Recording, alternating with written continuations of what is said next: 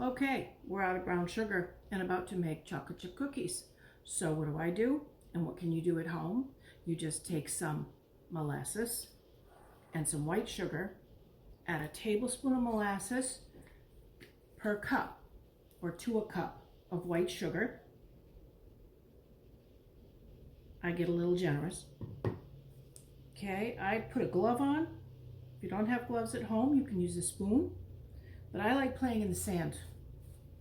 So mix this up really, really well. Get in there like you're playing with wet sand. I don't know, when my kids were younger, I got the kinetic sand and I think I played with it more than they did. Okay, you just work this around. You can use it on glazed ham. You can use it on anything that calls for brown sugar, because really, this is what brown sugar is. It's the molasses added back to the sugar, white sugar, and you've got yourself a very nice substitute, if you will, but exact really, because I use it all the time.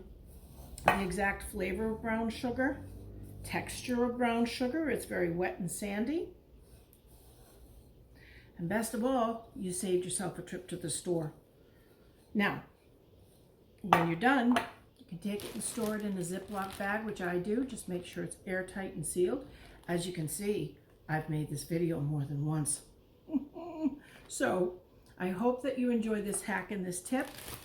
Keep squishing away until it's fully incorporated.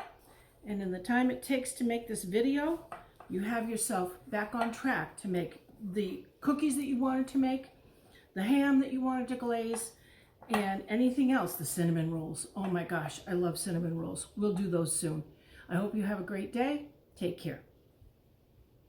Wait, are you still here?